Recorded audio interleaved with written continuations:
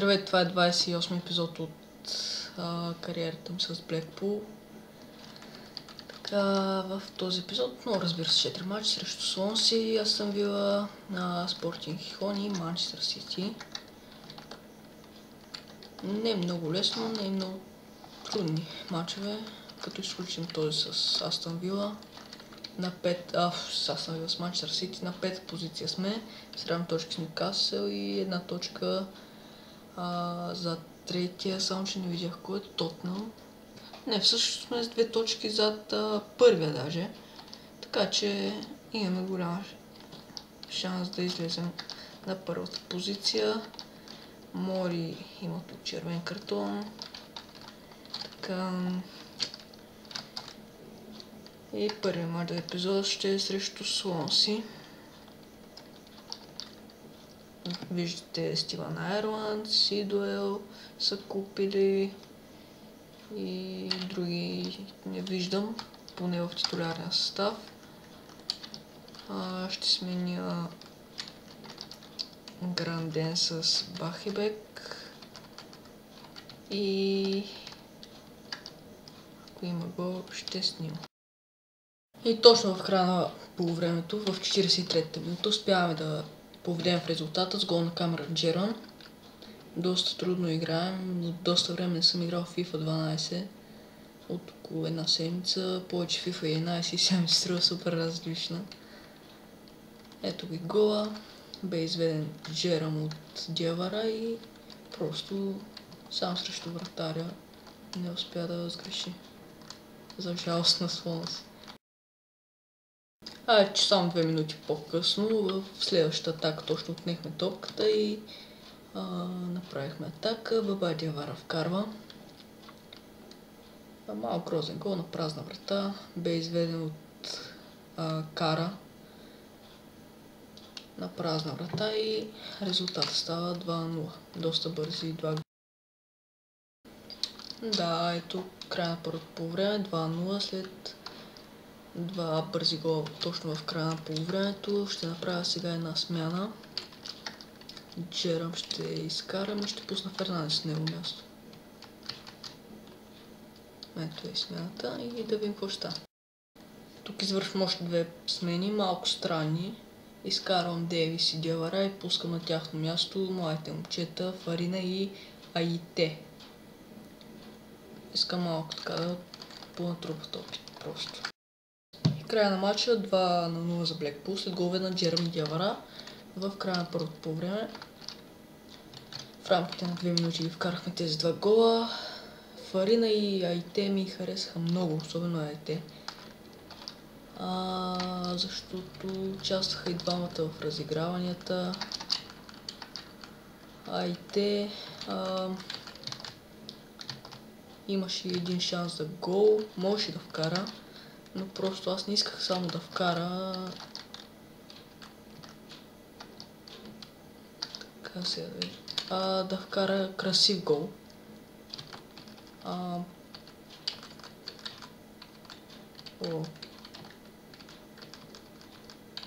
Окей.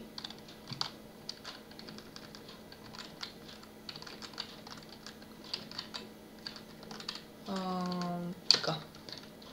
Аите, както казах, има шанс. Но исках да вкара красив гол. От волея опитах, но просто той няма нужда техника все още. И сме на второ място вече. Диавара е на първо място при голмайсторите и просто прекрасно.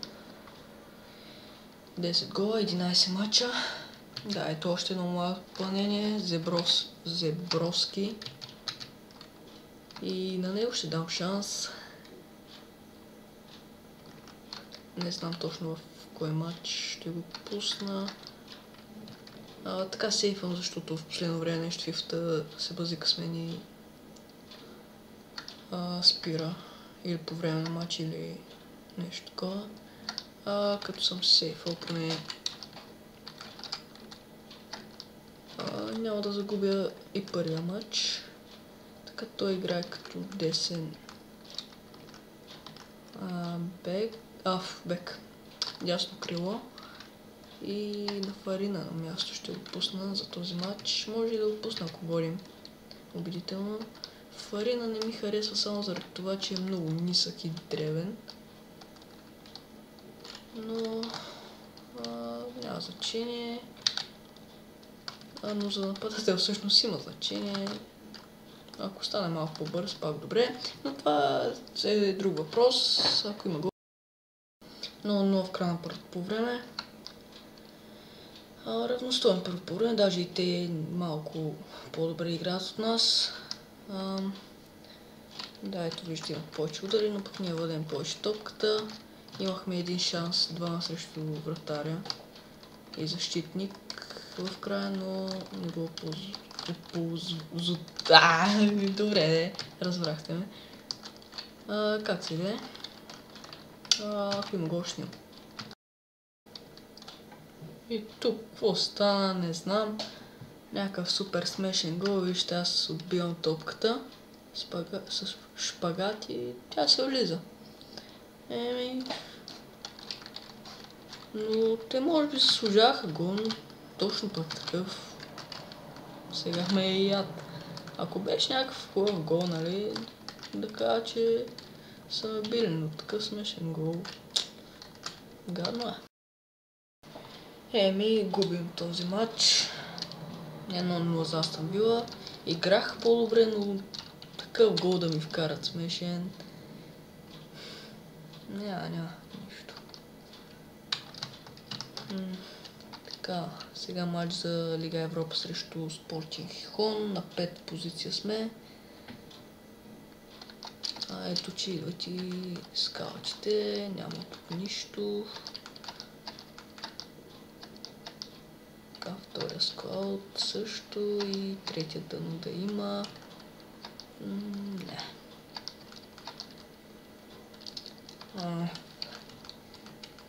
Само да видим статистиката за Лига Европа.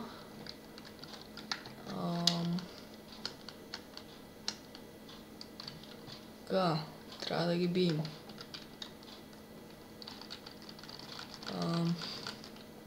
Добре. Виждате, от 6 позиция до първа има 3 точки разлика. Което е страхотно, но и малко трудно да се преборим с толкова много отбори.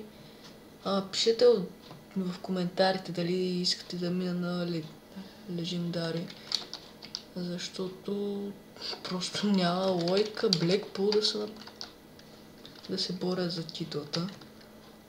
То няма логика и Тотнъм да са на първо място, а Манчестър Юнайтед на пето, но няма значение, все пак това е FIFA, но пък толкова лесно да... Вижте, айде на 10-то място, ето Арсенал са на 10-то място, ние сме на 4-то. Не става, на 5-то де. Малко е, не малко, много е нелогично.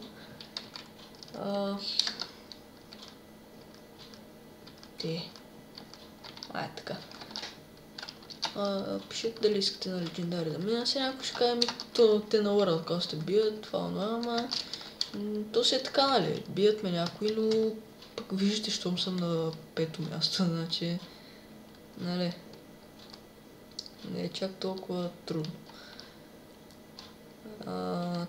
Така, миналия матч сме ги победили си 0-0, да се надяваме, че и сега ще е така. И че успяваме да поведем в резултата в 7-та минута още. Джерам, ето тук се пази спокойствие, не прибърза, стреля и тук след добра игра на Дейвис в полузащита, Камерън Джерам прави резултат 2-0. Виждате, просто от тук тръгна, вместо да прибърза с паса, той изчака този футболист да влезе към него, подаде на Джерам и той отбелязва втория си гол. И 2-0 за Блекпул срещу Спортинг Гихон. 2 гола на Джерам в 7-та и в 45-та минута. Ето първото попадение. Така, мисля да пусна айде. Това новото момче не може да го пусна в резервите.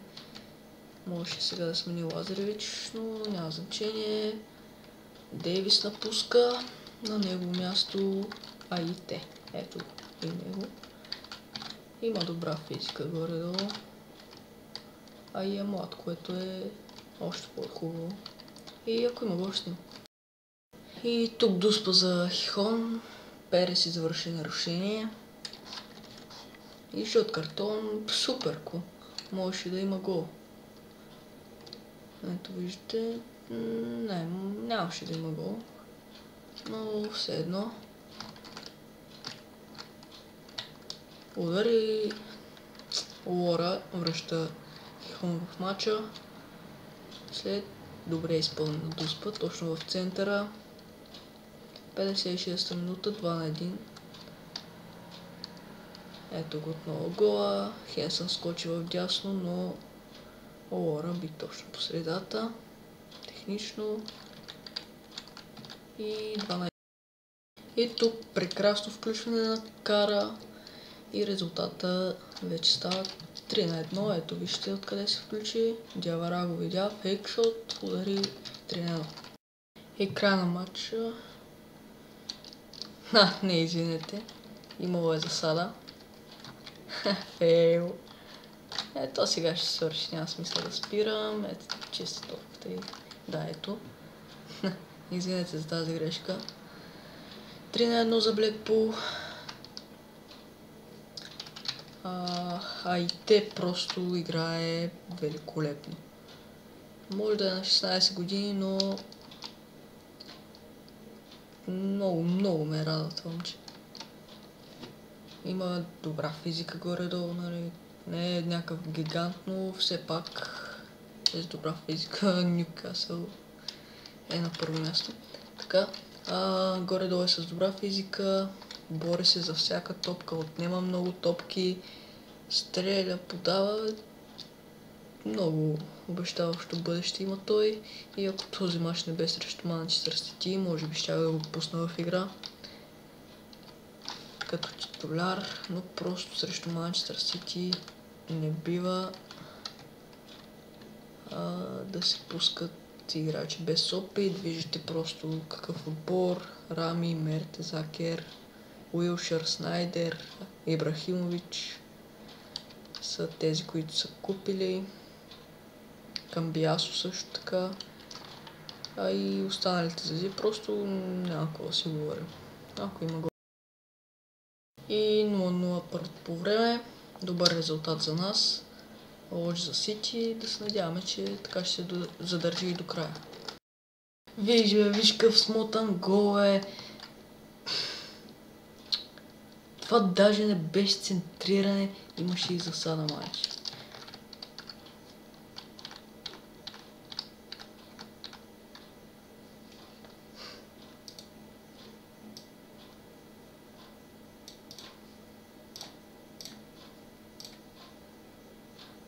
Добре, тук имаше засада,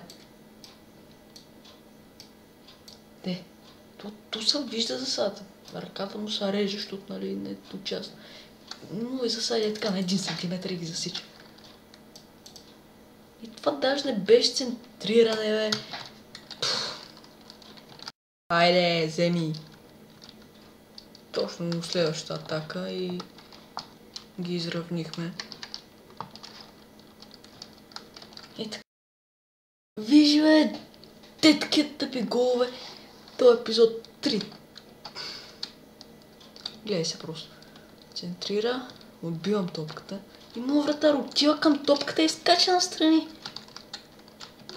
Това просто е супер тъпо. Как? Вместо да скочи нагоре да вземе топката да я хване, той ще скочи настрани и пише. Айде, поеми. 2-2. Лазаревич.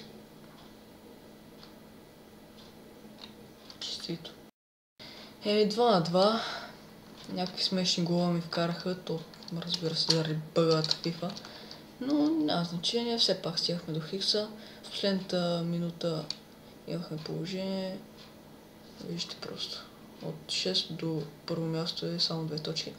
Да, в последната минута имахме две положения. Едното бе гол и второто точно преди това бе също като голът, но само че бе пропуснато от Диавара. И да, надявам се епизод да ви е харесал. Ако ви е харесал, коментирайте, оценявайте. И това беше от мен.